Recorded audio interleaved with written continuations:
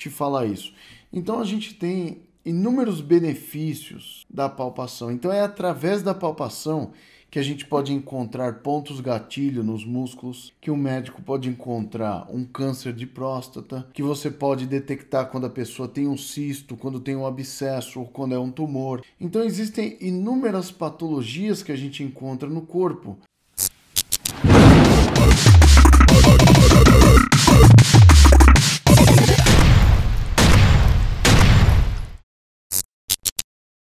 Mostrando o ombro. Então, o que a gente vai observar aqui? A gente vai observar tecido ósseo e tecidos moles. Então, a gente tem que ter diversos conhecimentos quando a gente parte para a parte clínica. Então, o que eu tenho aqui? Vamos lá, vamos começar da parte óssea. Então, aqui quando a gente fala da articulação do ombro, vocês têm que entender que vocês têm aqui a clavícula, ó, isso aqui é a clavícula. Aqui vocês têm a escápula, então tem duas partes da escápula que são importantes. Superiormente o acrômio e anteriormente aqui o coracoide, e aqui eu tenho o húmero. Então é a parte óssea que vai formar esse complexo articular. Em qualquer uma dessas regiões aqui a gente pode encontrar algum tipo de problema. Aí quando o camarada chega na faculdade, ele começa a ter a dificuldade que é característica, e aí ele não consegue diferenciar às vezes.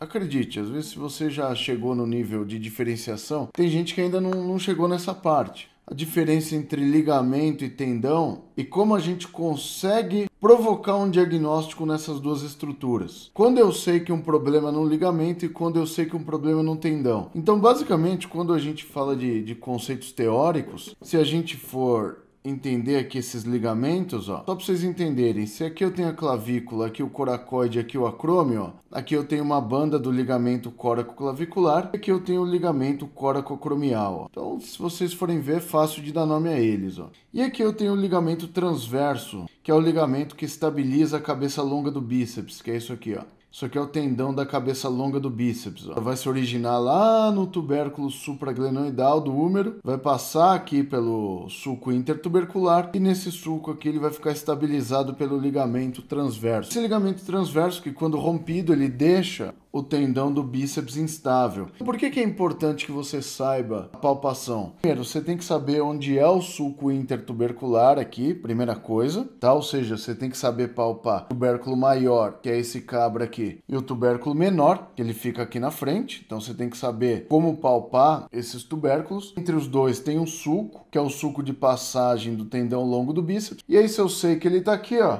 quando eu fizer isso, ó, tá vendo que você tem uma coisa que se mexe aqui, ó, isso aqui é o tendão longo do bíceps. Então a gente pode detectar tendinites, tenossinovites, instabilidades do tendão longo do bíceps. Então tem inúmeras coisas que a gente pode observar aqui só de palpar essa região. E principalmente quando você palpa, a gente tem o fator. Então, o fator dor é um fator muito importante e eu vou falar isso mais para frente para vocês. A dor é um fator subjetivo no tratamento, porque quando você palpa, se eu palpo, a pessoa pode sentir uma dor de acordo com a pressão que eu estou exercendo. Se um outro terapeuta fizer a mesma coisa, ele pode não sentir dor, sentir mais dor, ou a gente tem uma alteração, porque a palpação, a dor é subjetiva. Então toma cuidado quando você for fazer uma palpação de um paciente seu, porque a profundidade da palpação e o momento que se encontra aquela estrutura inflamada, infeccionada, rompida, degenerada, de alguma forma que ela tiver, a dor se apresenta de formas diferentes. Então, é importante que você saiba que a palpação nem sempre tem que ser profunda, tem que ser dolorida. Como fisioterapeuta, depois de 20 anos de formado, vendo um monte de tipo de coisas, e você tenha necessariamente que botar toda aquela pressão porque você aprendeu que a pressão tem que ser forte. Para com isso. Cada paciente vai reagir de uma forma. Se você ficar com esse pensamento, vai descer pressão no cara, na palpação, e ele nunca mais vai voltar no seu consultório. Falando, esse cara é louco. Vocês têm que ir de acordo com o gosto do seu paciente nesse quesito palpação, principalmente na parte de massagens. Nem toda massagem é baseada em palpação profunda. Evidentemente, tem alguns tipos de técnicas, né, que são técnicas que mobilizam fáscias. Tá? Como o Rolfing, por exemplo, é uma técnica clássica de mobilização facial. Você tem que exercer uma pressão mais profunda. Então, às vezes a pessoa teve uma queimadura ou teve uma fibrose também pós-cirúrgica. Você tem que fazer uma massagem mais profunda. Então, isso vai depender muito, evidentemente, do que eu falei para vocês no começo. Do momento que se encontra o tecido do seu paciente. Então, é uma coisa muito importante do conhecimento de vocês. E quando a gente pega uma região desse tipo aqui, a gente vai ter inúmeros pontos onde o camarada pode sentir dor. Então, existe um mapa clássico. Eu vou passar para vocês agora uma literatura interessante aqui. Existe um mapa clássico de análise de pontos gatilho e seus pontos de dor referida, que é o livro de Simons e Travell. Tá? Então, é o livro da Síndrome Dolorosa Miofacial. Já tem no português, é um livro, são 2 volumes gigantes, só que são livros que vão conduzir o seu tratamento da melhor forma para você entender como se dispõem os pontos do gatilho. Os gatilhos são geralmente os pontos que geram dores musculares. E esses pontos de dores musculares, que hoje o pessoal chama isso de dor miofacial, né? Às vezes eu estou dando uma aula aqui, a gente fala dor muscular porque a fáscia é uma membrana de revestimento muscular. Evidentemente, se eu estou com um problema na fáscia, e é a fáscia que desencadeia a dor, porque assim, o músculo propriamente dito, essa parte vermelha do músculo aqui, ó, e essa parte branca, que é o componente estrutural do músculo, são estruturas indolores, né?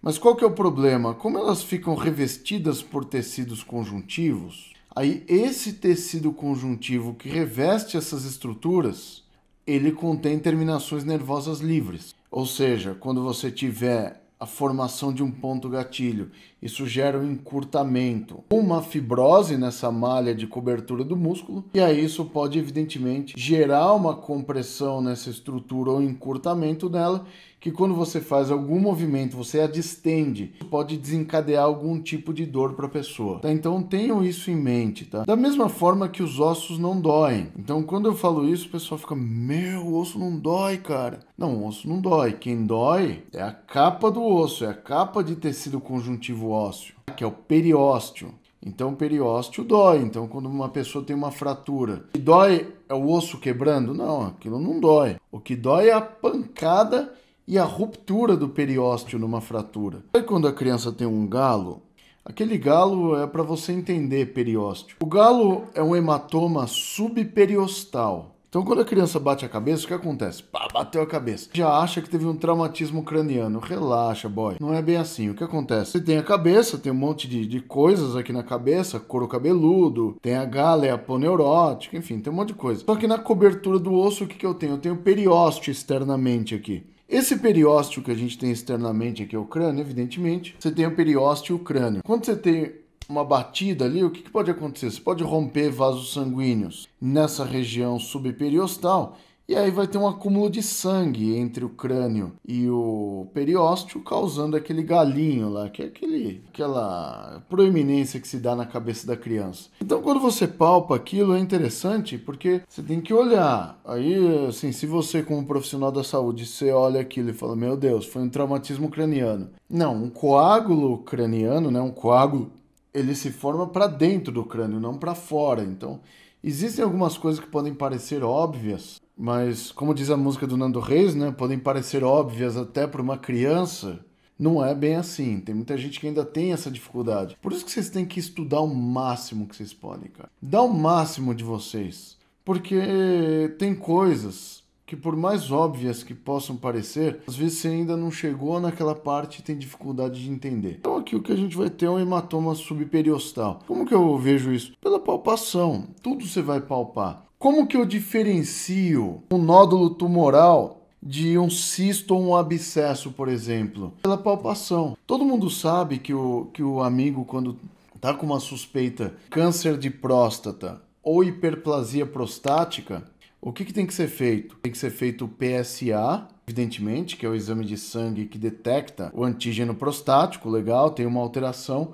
Existe uma evidência sanguínea de problema na próstata. Quais são os sintomas que o camarada está sentindo? Está sentindo gotejamento noturno, não está urinando como deveria, existe algum grau de impotência sexual, enfim. Tem alguns sintomas que o cara está sentindo ali que são característicos de um crescimento anormal da próstata.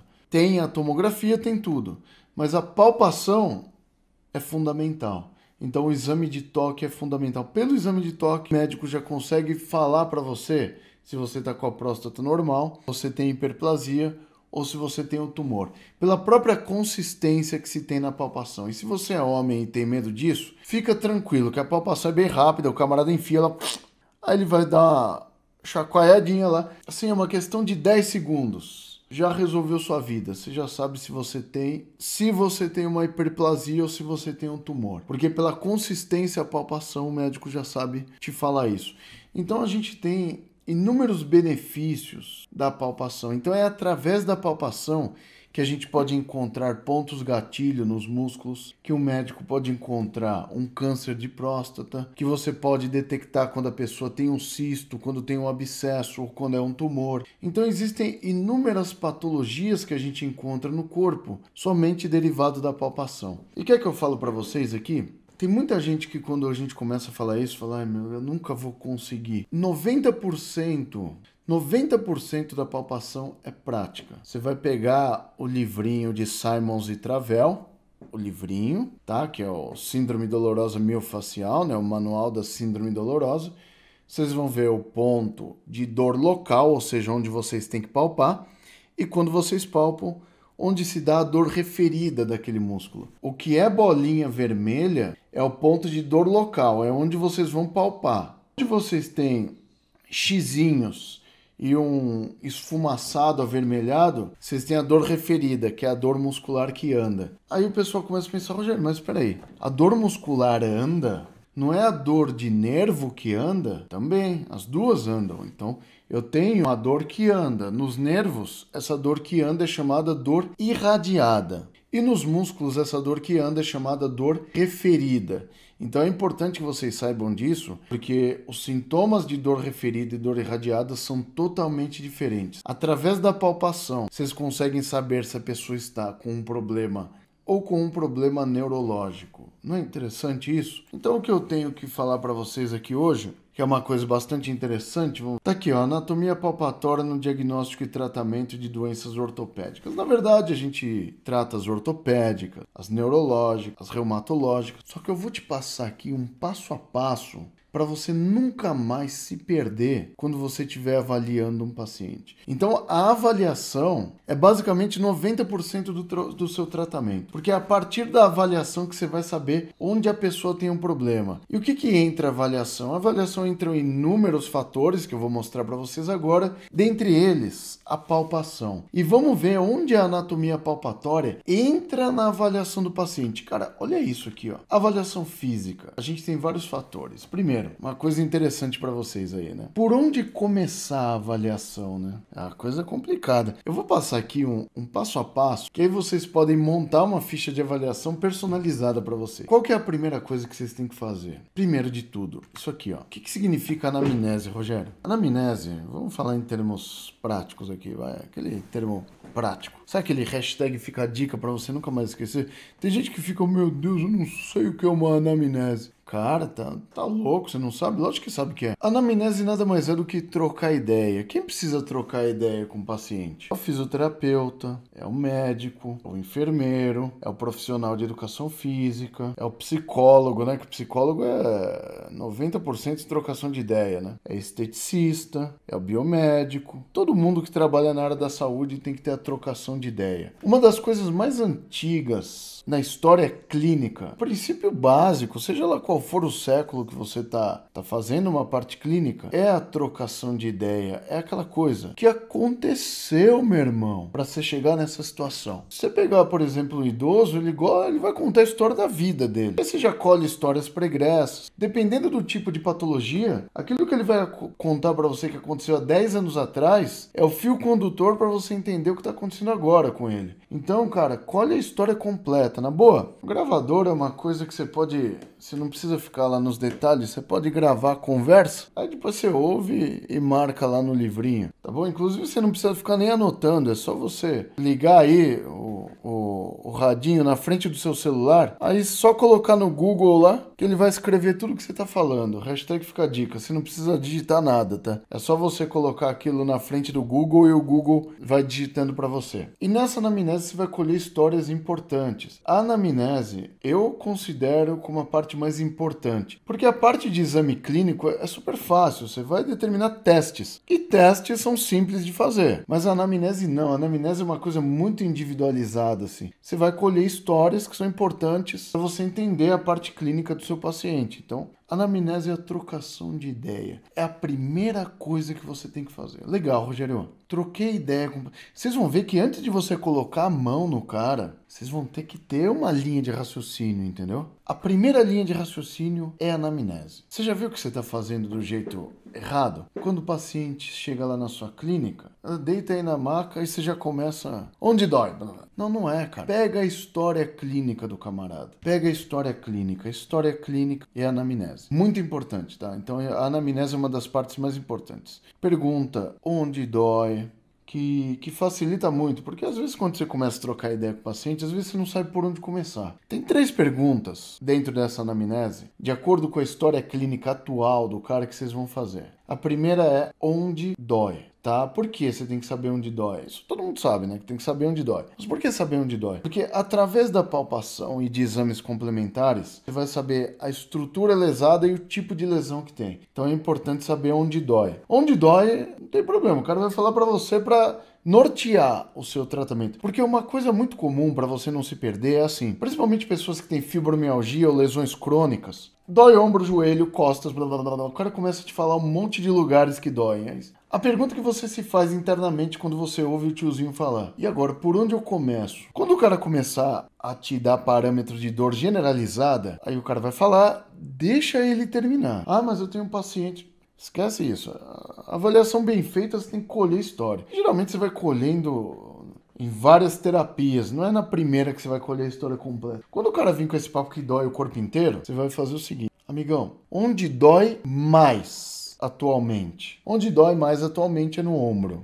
Então eu já tenho uma linha de raciocínio. Então meu foco é o ombro. Aí você fala pro cara, ó, você pode pegar qualquer terapeuta bem experimentado. Eu vou contar um negócio pra vocês aqui. Pode parecer besteira pra vocês, mas eu vou contar um negócio que é muito louco, assim. Vocês vão ver isso na vida clínica de vocês e vocês já tiveram uma experiência dessa também. Sabe qual é a melhor forma de você eliminar uma dor? É arrumar outra. Vocês vão ver pacientes que os caras estão com uma puta dor no ombro, o ombro dói, mas como dói meu ombro? O cara vai lá, tipo, dá uma topada no dedinho do pé e começa a doer. O cara esquece o ombro. Vocês já perceberam isso? O ombro para de doer automaticamente. Por quê? A via de sinalização neural para o cérebro tá tão forte no dedinho do pé que o cara praticamente, a dor no ombro, ela parece que não existe mais. Mas espera aí, o ombro? Porque assim, se você começou a tratar o ombro do cara e ele deu uma topada no pé, você vai continuar tratando o ombro, porque ali ainda existe uma lesão. Só que assim, como o problema do dedinho é agudo, ele deu uma topada, fraturou o dedinho, evidentemente agora você vai fazer 2 terapias. Você vai continuar tratando o ombro e você vai tratar o pé do cara também. Já são 2 terapias, agora você ganha em dobro. Pensa na parte comercial que é boa para você também. A anamnese é uma coisa muito interessante, tem muitos nuances na anamnese, tá? Não é uma coisa tão simples assim. E é aquilo que eu falei para vocês, tem 3 perguntas principais que eu considero básicas na anamnese, que às vezes quando vocês estão perdidos, vocês não conseguem seguir uma linha de raciocínio. Primeira, onde dói? É a primeira pergunta. Você vai saber o local que você vai tratar e as estruturas que você vai tratar.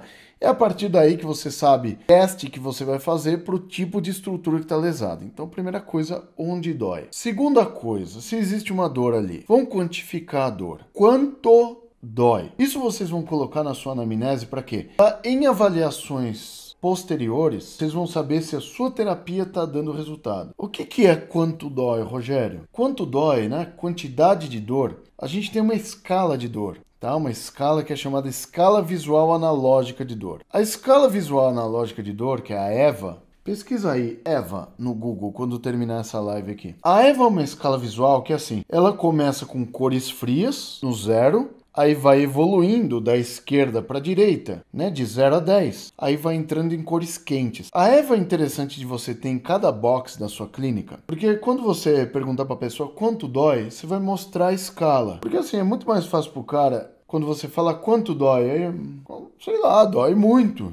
O que é muito pra ele? O que é muito pra ele pode não ser muito pra você. É fácil. De 0 a 10, olhando aquele quadro ali, ó, de cores frias pra cores quentes. Aí, de 0 a 10. Aí você consegue ter uma escala, entendeu? De 0 a 10, quanto dói seu ombro hoje? Meu ombro dói 9. Puta, e você sabe que tá doendo pra caramba. Assim, de 8 a 10, se você colocar na Eva, tá doendo pra cacete, entendeu? Então, se você tem ali de 4 a 7, é uma dor moderada. Tá doendo, mas você aguenta. E de 1 a 3 ali, praticamente, é uma coisa que dói de vez em quando. Às vezes o cara nem vem ali no seu tratamento por essa dor, entendeu? Geralmente ele procura o tratamento quando a dor é de 8 a 10, vocês vão perceber isso aí. Então vocês têm uma escala para quantificar a dor. Então se você ainda não conheceu a EVA, busca aí no Google, imprime uma EVA e coloca aí no seu consultório. A EVA é muito importante de ter, tá bom? Escala visual analógica. A EVA quantifica a dor. Evidentemente a dor é subjetiva entre duas pessoas, por exemplo. Você vai encontrar pessoas com a cabeça longa do bíceps rompidas, referindo dor 6 no ombro, durante movimentação ativa, coisa do tipo. E um cara com uma tendinite, que nem é crônica ainda, com dor 9. Então, não necessariamente a gravidade da lesão expõe o quadro de dor da pessoa, porque a tolerância à dor das pessoas é muito diferente. Uma coisa que a gente sabe é que as mulheres são mais tolerantes à dor. Então, se uma mulher é mais tolerante à dor, principalmente no período menstrual, onde ela já está com uma cólica, sentindo uma dor, essa cólica se mistura com a dor que a pessoa está sentindo. Então, ela acaba enganando o cérebro dela, ou seja, as dores de cólica acabam mais fortes que a dor que a pessoa estava sentindo. Então, dá a falsa impressão que a dor no ombro diminuiu. Só que passou o período menstrual, volta. Lembra sempre disso. A melhor forma de melhorar uma dor é arrumar outra. E as mulheres no período menstrual, elas mostram pra gente que elas têm uma tolerância maior de aguentar dor onde elas estão tendo um tipo de lesão. A gente sabe que homem é mais bundão mesmo. Não aguenta nada, homem, né? Homem, quando tem dor, fica... Ai, meu Deus, ai, como dói. Ai. Eu vou falar pra vocês que eu tenho uma tolerância grande de dor, sabe por quê? Porque eu sou motociclista, né? Então, motoqueiro cai. Então, eu já quebrei escafoide, já quebrei clavícula. Ó, isso aqui, ó, que vocês estão vendo é sequela de acidente de moto, ó. Isso aqui é sequela. Tô todo sequelado. Então, assim, pra mim, pra eu reclamar de dor, assim, tem que ser um negócio mais rude, sabe? Então, eu sou desses aí. Primeira pergunta. Onde dói? Você estabelece um local que você vai tratar. Quanto dói? Para você quantificar se a dor está evoluindo ou involuindo durante o seu tratamento, ou seja, se piora ou se melhora. A cada 15 dias você mostra a EVA pro camarada lá. No primeiro dia você estava com EVA 9 e tal. Quanto dói hoje? Hoje dói 5. Legal, tratamento dá dando resultado. Então a EVA, essa escala de quantificação de dor, ela é importante sim, mas na verdade para você ter uma noção se o seu tratamento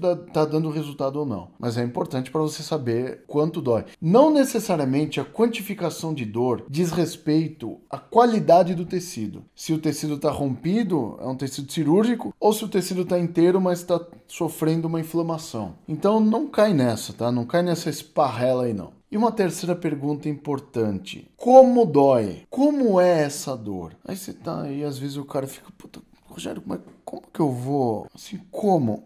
Isso aqui é legal. Eli falou ali no Insta e nunca duvidar que a pessoa tá sentindo dor. Olha isso. Na década de 90 e anos 2000, quando o pessoal começou a diagnosticar mais casos de fibromialgia, fibromialgia é uma doença que sempre existiu, mas qual é o problema? O clínico antigo, o clínico raiz, ele sabia detectar o tipo de patologia que a pessoa tinha pelos sintomas. O clínico Nutella, que é o clínico atual, ele fica baseado em imagens. Ele só acredita no que ele vê. Ele não acredita no que o paciente sente. Eu só acredito no que eu vejo, no que o paciente sente. Tanto que entre os anos 90 e 2000, existia uma onda de profissionais da saúde que não acreditavam na fibromialgia porque simplesmente ela não saía em exames. O único exame que era o positivo para fibromialgia era a dosagem de substância P, né? Que é a substância P que é liberada quando a pessoa tem dor. De resto, você faz uma tomografia, nada. Você faz uma ressonância, nada. Você faz uma ultrassonografia, nada. Você faz cintilografia óssea, nada. Aí o clínico Nutella olha que não existe. Eu cheguei a fazer cursos de reumatologia, de fibromialgia, que o camarada que estava dando o curso falava pra gente, a fibromialgia não existe. Aí você fala, cara, é que a dor não é em você, né?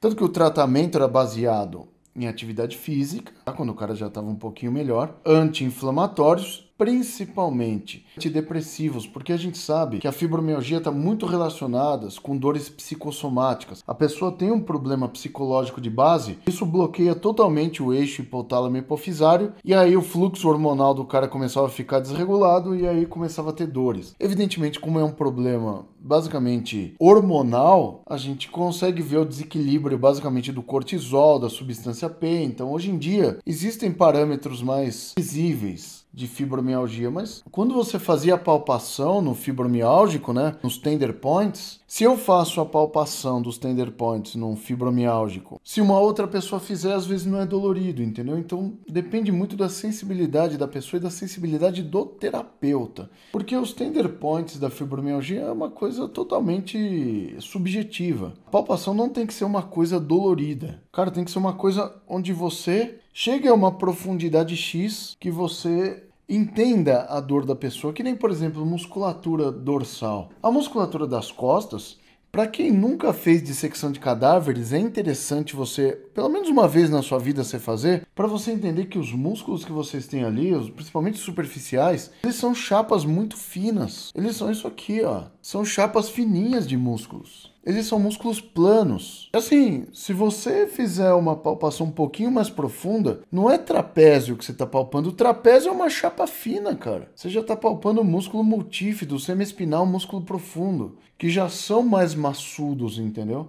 Então você tem que tomar muito cuidado nisso. Por isso que a palpação requer prática, tá? Quando a gente está numa palpação, 90% é prática, é o dia a dia. 10% é habilidade. O mínimo é habilidade. Nasce com um dom para palpação. O que a pessoa desenvolve é a prática da palpação. Anatomia palpatória é prática. Então a terceira pergunta que você faz para a pessoa é como dói. Quando você faz a pergunta como dói, você vai detectar o tipo de tecido que está sofrendo o problema. Se é o tecido muscular ou se é o tecido nervoso. Então, basicamente, você tem que saber oferecer um cardápio de dores para a pessoa, né? Assim, né? Primeiro, onde? Para você saber o local. Segundo, quanto? Para você saber uma projeção de extensão da lesão. Terceiro, como? Por que eu tenho que saber como? Para saber o tipo de tecido que está lesado.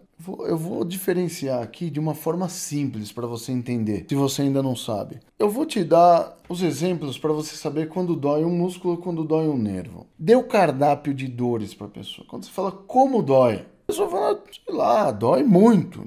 É o que o paciente sabe falar, dói muito. Tá, relaxa. Vou te dar um cardápio de dores aqui. Você pergunta para a pessoa assim, como que dói? Dói como fisgada, queimação, pontada? Ah, é isso mesmo. É músculo. Se você der um outro cardápio de dor, dói como choque, formigamento ou dormência, é dor neurológica. Pelo sintoma que o camarada te fala, como dói, você já sabe estabelecer uma linha de raciocínio para se você vai fazer um tratamento miofacial ou se você vai fazer um tratamento neurofuncional. É muito importante isso. Você detectar se são tecidos moles do sistema musculoesquelético, se você está tratando de nervos, porque o tratamento se torna totalmente diferente se a dor é muscular ou se a dor é neurológica. Tá vendo a importância de você fazer uma anamnese e perguntar para a pessoa como dói? Tem também uma quarta variação dessas perguntas, quando dói,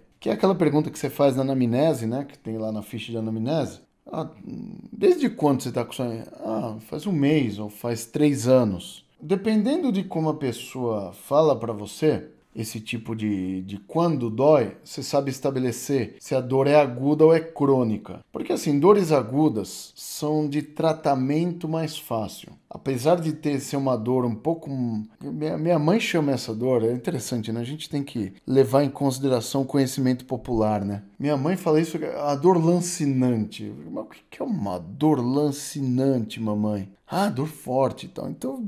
vou usar aqui o que mamãe fala, que é o que vocês vão encontrar na prática de vocês. Porque esse negócio de vocês ficar em cima de artigo científico falando como o cientista fala, cara, isso não reflete o pensamento de um paciente. Você não vai tratar um cientista na sua clínica, filho. Você vai tratar a pessoa do povo. Você tem que saber como a pessoa do povo fala. Você não tem que falar termo técnico com a pessoa. Cara, sai dessa de termo técnico. Você tem que entender. Eu sempre anotei essas coisas que os pacientes falavam pra mim. É uma dor lancinante, é uma dor forte nas ancas. É isso que você tem que saber. Se você trata a população, você tem que saber como a população fala. Você falar com o paciente de forma científica não te ajuda. É a mesma coisa que o político antes da eleição. É isso que você tem que pensar. É dessa forma que você tem que pensar. Você tem que pensar com a cabeça da pessoa do povo. Como que o povão tá lá? E o político não quer saber. É a mesma coisa. Se você não quer saber como o paciente está se sentindo, pensa como o cientista do artigo que vocês leem.